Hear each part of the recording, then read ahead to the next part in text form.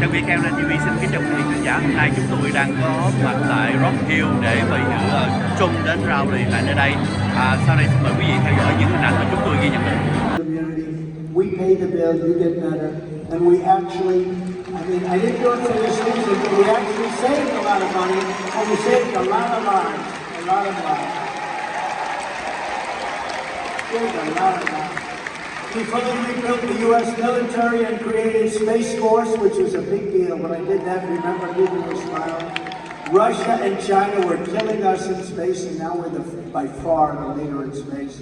That was a big deal. Hadn't been done in 78 years. Last one was Air Force. 78 years. It was a great achievement. I was the first president in decades who started no new wars. Instead, I brought back our troops. We knocked down ISIS, and we brought back our troops. If you remember, though, we defeated ISIS. I said, let's get home. It's time to bring them home. Hillary Clinton used to say to the nation, look at him, that personality. Look at that personality. He's going to get us into a war. No, my personality kept us out of wars. We would never have Russia there. You would have never had the problem that you just had, the horrible problem where Israel, October 7th, where Israel was so horribly attacked. These things wouldn't have happened because they respected me, but they respected our country. Now they laugh at our president.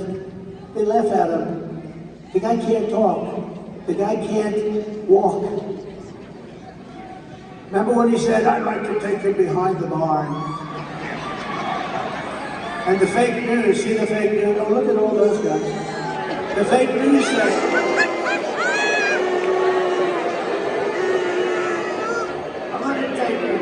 remember that? He said, I want to take him behind the barn.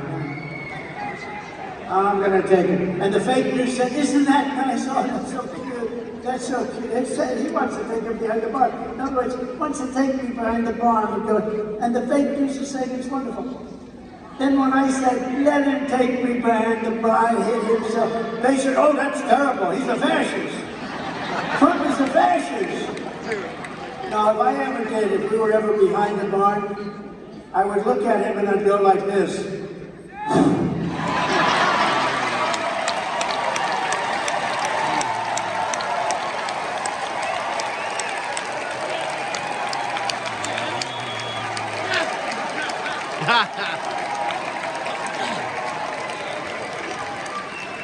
Before I even arrived at the Oval Office, shortly after we, not me, we win the presidency, I will have the horrible war between Russia and Ukraine settled over there. People are dying by the thousands. Horrible thing. Under the Trump administration, we will return to peace through strength. That's what we had. They respected us all over the world. 3 years ago, we had the most secure border in U.S. history. We ended catch and release, built 571 miles of border wall, and got Mexico to send 28,000 soldiers to our border free of charge. You think that was easy to get Mexico to give us 28,000 soldiers? Free. I got them to give a lot. There was no mechanism. Remember, I used to say we'll get Mexico to pay for a big portion of the wall. Well, this cost them more money than the wall. And it wasn't easy, but I said, if you don't do it, we're going to put tariffs on all your cars. We're going to do numbers on you like you wouldn't believe. Sir, we would love to send you 28,000 soldiers. Under Biden, we now have the worst border in the history of the world. No one has been hurt by this invasion more than our black and Hispanic populations, and also nuclear powers. You have a number of countries that have massive nuclear capability, and we have a man that is unable to understand it or talk to people or know how to talk to people. If you look at his rhetoric before Russia going into Ukraine, you would say he's saying the exact opposite of what he should be saying. The exact opposite of what? And he has done a horrible job. He is the worst president in the history of our country. There has never been a president so bad.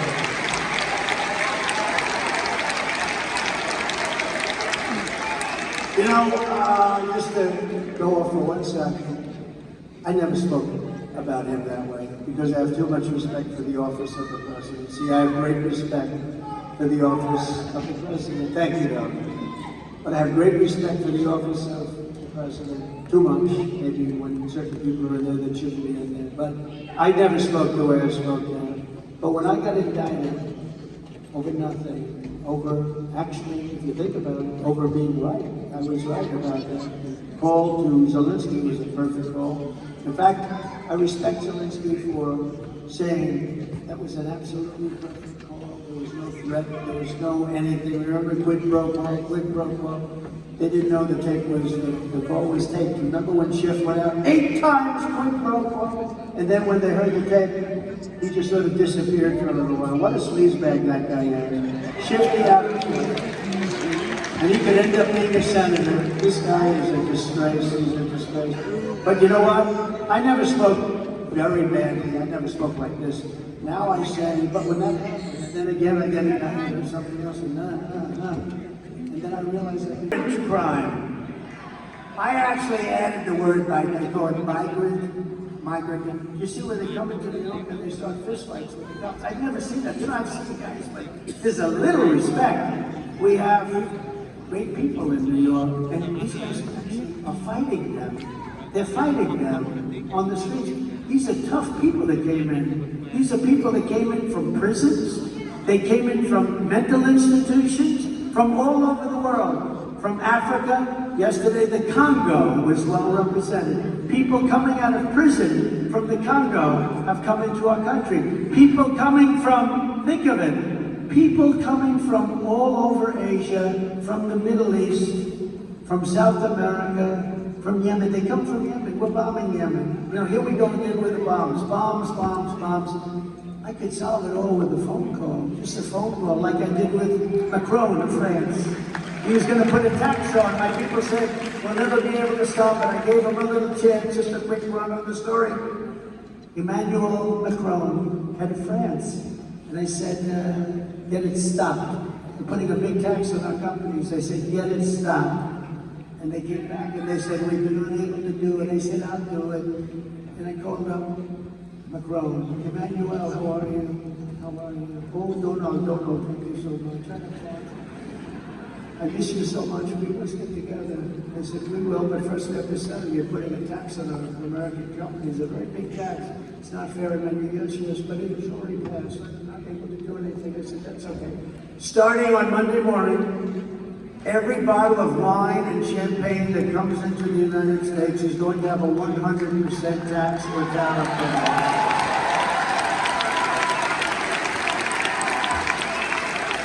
Indemnify all police officers and law enforcement officials throughout the United States to protect them from being destroyed by the radical left for taking strong action.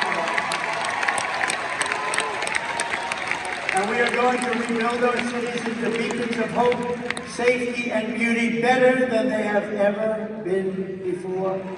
We will take over the horribly run capital of our nation, Washington, D.C., and clean it up, renovate it, and rebuild our capital city. Though, have you seen what's been happening? Have you seen people being murdered? They come from South Carolina to go for a nice visit, and they end up being murdered, shot, mugged, beat up. Those beautiful marble columns have graffiti, the roads are broken, the medians between the roads are falling into the street. You can imagine what foreign dignitaries and people from foreign countries say. On day one, I will sign a new executive order to cut federal funding for any school pushing critical race theory, transgender,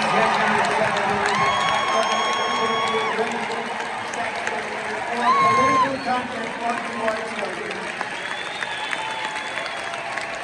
And I will not give one penny to any school that has a vaccine mandate or a mask.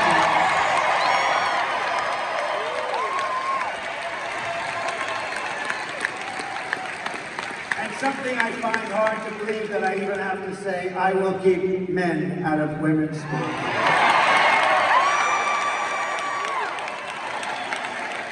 And I will fully uphold the Second Amendment. We will protect innocent life, and we will restore free speech. So the United States had added them up, they would not have done near the destruction to our country as Joe Biden and the Biden administration has done. So if you want to save America, then you must go and vote, right? You're going to vote? Remember, the primary is tomorrow. sc.donaldjtrump.com. They'll give you any information you want. So in conclusion, together we are taking on some of the most menacing forces and vicious opponents our people have ever seen. But no matter how hateful and corrupt the communists and criminals we're fighting are, you must never forget this nation does not belong to them. This nation belongs to you.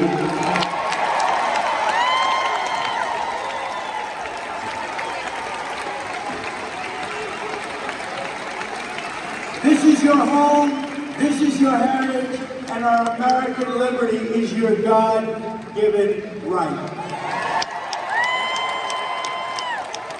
So from Columbia to Clemson, from Greenville to Charleston, from Myrtle Beach to Rock Hill, we South Carolina, who crossed the ocean, settled the continent, tamed the wilderness, and laid down the railroads, raised up those great skyscrapers, won 2 world wars, defeated fascism and communism, and made America the single greatest nation in the history of the world.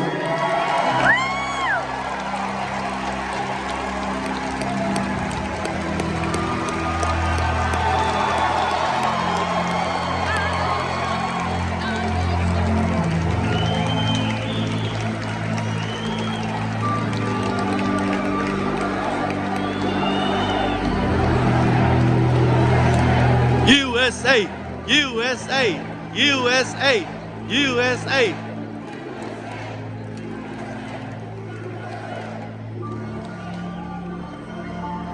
But now, we are a nation in decline. We are a failing nation. We are a nation that has the highest inflation in 50 years, where banks are collapsing and interest rates are skyrocketing. Likewise, we are a nation where energy costs have reached the highest levels in our history. We are no longer energy independent or energy dominant as we were just a few short years ago.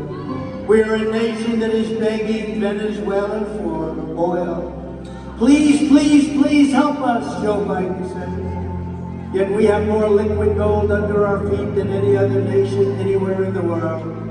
We are a nation that just recently heard that Saudi Arabia and Russia will be reducing their oil production, while at the same time substantially increasing the price. And we met that threat by announcing that we will no longer be drilling for oil in large areas of Alaska and elsewhere on our beautiful lands. We are a nation that is consumed by the radical left's Green New Deal, yet everyone knows that the Green New scam is fake and will lead to our destruction. We are a nation whose leaders are demanding all electric cars, despite the fact that they don't go far, cost too much, and whose batteries are produced in China with materials only available in China, when an unlimited amount of gasoline is available inexpensively in the United States, but not available in China. And now we are a nation that wants to make our revered and very powerful army tanks the best anywhere in the world, all electric, so that despite the fact that they are also not able to go far, fewer pollutants will be released into the air as we blast our way through enemy territory in an environmentally friendly way. And they also want to make our fighter jets with a green stamp of energy